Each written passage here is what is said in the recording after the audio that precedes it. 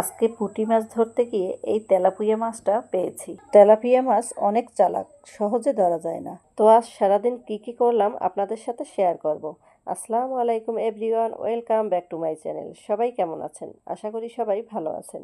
সকালের নাস্তার জন্য বরবটি সেদ্ধ করে নিয়েছি ভর্তা করার জন্য।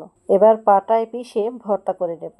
মরিচ ভর্তা, বরবটি ভর্তা করে সকালবেলা সবাই নাস্তা করে রান্না বসিয়ে দিয়েছি। লাউ চিংড়ি মাছ দিয়ে রান্না করছি, আর এখানে লাল শাক ভাজি করে রেখেছি, আর তেলাপিয়া মাছ ভেজে নিয়েছি, ভুনা করব। এদিকে আমার চাচি শাশুড়ি নারিকেলের পাতা ছেঁচে শলা বের করে এভাবে রোদ্রে শুকাতে দিয়েছে। এই শলা দিয়ে ঝাড়ু বানানো হবে। বিকেলবেলা আমার মেয়ে তার বান্ধবীর সাথে রাস্তায় খেলা করছে। আমার মেয়ে ঘুরতে খুব পছন্দ করে। ঘর থেকে একবার বাহির হইলে হইছে, আর ঘরে উঠানো যাবে না। সে বাহিরে এইভাবে দৌড়াদৌড়ি করতে থাকে, আর ঘরে উঠালে কান্না শুরু করে দেয়। এদিকে আমি বড়শি দিয়ে পুঁটি মাছ ধরতেছিলাম। পুঁটি মাছ ধরতে গিয়ে এই তেলাপিয়া মাছটা পেয়েছি। তেলাপিয়া মাছ কিন্তু সহজে ধরা যায় না, অনেক চালাক মাছ। মাছটার মুখ এইভাবে লড়তেছে।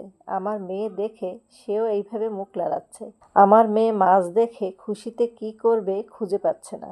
আজকের ভিডিও এই পর্যন্ত। আমার ভিডিওটি কেমন হয়েছে অবশ্যই কমেন্টে জানাবেন। আমার ভিডিও যদি আপনাদের ভালো লেগে থাকে বেশি করে লাইক এবং কমেন্ট করবেন। আর আমার চ্যানেলে যারা নতুন অবশ্যই চ্যানেলটিকে সাবস্ক্রাইব করে রাখবেন।